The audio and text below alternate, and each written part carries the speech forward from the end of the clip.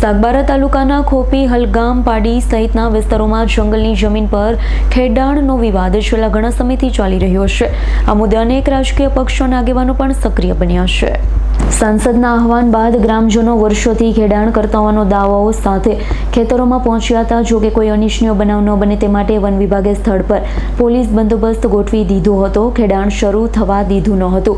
One વિભાગ દ્વારા ખેડાણ રોકાતા આગેવાન લીલાબેન સહિત ગ્રામજનોએ વિરોધ નોંધાવ્યો હતો અને વન વિભાગ સામે સૂત્રોચ્ચાર કરી રોષ વ્યક્ત કર્યો। હાલ સમગ્ર મામલે વિસ્તારમાં તંગદિલીનો માહોલ જોવા મળી રહ્યો છે, જ્યારે વન વિભાગ અને ગ્રામજનો વચ્ચેનો વિવાદ હજુ યથાવત રહ્યો છે। મતભેદો ટાળવા માટે અમારા પૂરા પ્રયાસો છે। આપની વાત બિલકુલ સાચી છે, પણ જ્યારે અમારો હક છીનવાઈ જતો હોય સાગબારા તાલુકાના ખેડૂતોનો, અમારો જો હક છીનવાઈ જતો હોય તો અમે તો પછી એક વાત મૂકવાના જ છે ને કે અમને જો છોડાવતા હોય તો સુરત જિલ્લાના ખેડૂતો ઉમરપાડા તાલુકાના એ પણ ગેરકાયદેસર ખેડે છે। જેમનું ખેડાણ આવું હતું એવું ખેડાણ એમનું છે, તો અમને જો સાગબારા તાલુકાના ખેડૂતોને જે ખેડાણ અટકાવે તો આમનું પણ અટકાવો, એ તો વાત છે। અને એના માટે અમે સત્યાગ્રહ કરીશું, અમે કરીશું ભાઈ આમને અટકાય છે તો આ પણ બંધ કરાવો।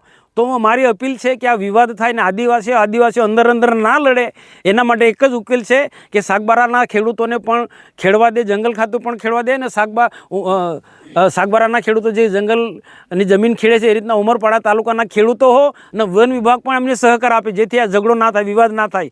અને ઉમરપાડા તાલુકાના આદિવાસી ખેડૂતોને પણ મારી વિનંતી છે કે આમાંથી આદિવાસીને લડાવવાના ફોરેસ્ટ વિભાગના ધંધા છે, અને આ જમીન આમની પાસે છીનવી લીધી, ભવિષ્યમાં 1-2 વર્ષ પછી આ ઉમરપાડાના ખેડૂતો પાસે પણ આ જંગલની જમીન છીનવી લેશે। એટલે તમે એ બધાની અપીલ છે કે આમાં બધામાં તમે નહીં પડો। સાગબારાના ખેડૂતો વર્ષોથી ખેડે છે તમારી જેમ, તો એમને ખેડવા દો। જે પણ કોઈ ઘટના ઘટી છે એ બધું સમાજની રીતના બેસીને ઉકેલા ન્યાય પ્રક્રિયા છે। તો પછી આમાં ખેડાણ બાબતમાં તમે નહીં અટકાવો, ખેડાણ બાબતમાં તમે નહીં, વર્ષોથી ખેડે છે તમારી જેમ, સુરત જિલ્લાના ઉમરપાડા તાલુકાની જેમ।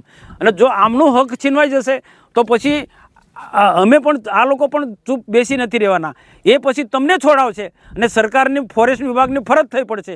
જેમ આ સાગબારાના ખેડૂતોને અટકાવી દીધું ખેડાણ, એ રીતના ઉમરપાડાનો પણ અટકાવો, એ રીતના અમે પણ દબાણ લાવીશું। તો પણ આ ઝઘડો થશે આદિવાસીમાં, તો આદિવાસીમાં ઝઘડો નહીં થાય એના માટે કોઈ મધ્યસ્થી બને, અને ખાસ કરીને ફોરેસ્ટ વિભાગના વડાઓ મધ્યસ્થી બને, અને જેમ ઉમરપાડાના આદિવાસી ખેડૂતો જંગલની જમીન ખેડે છે એ રીતના સાગબારા તાલુકાના આદિવાસી ખેડૂતોને પણ જંગલની જમીન જે વર્ષોથી ખેડતા આવ્યા છે 2002થી, એમને ખેડવા દેવી જોઈએ। દીપક જગતાપનો રિપોર્ટ, S9 ન્યૂઝ, રાજપીપળા।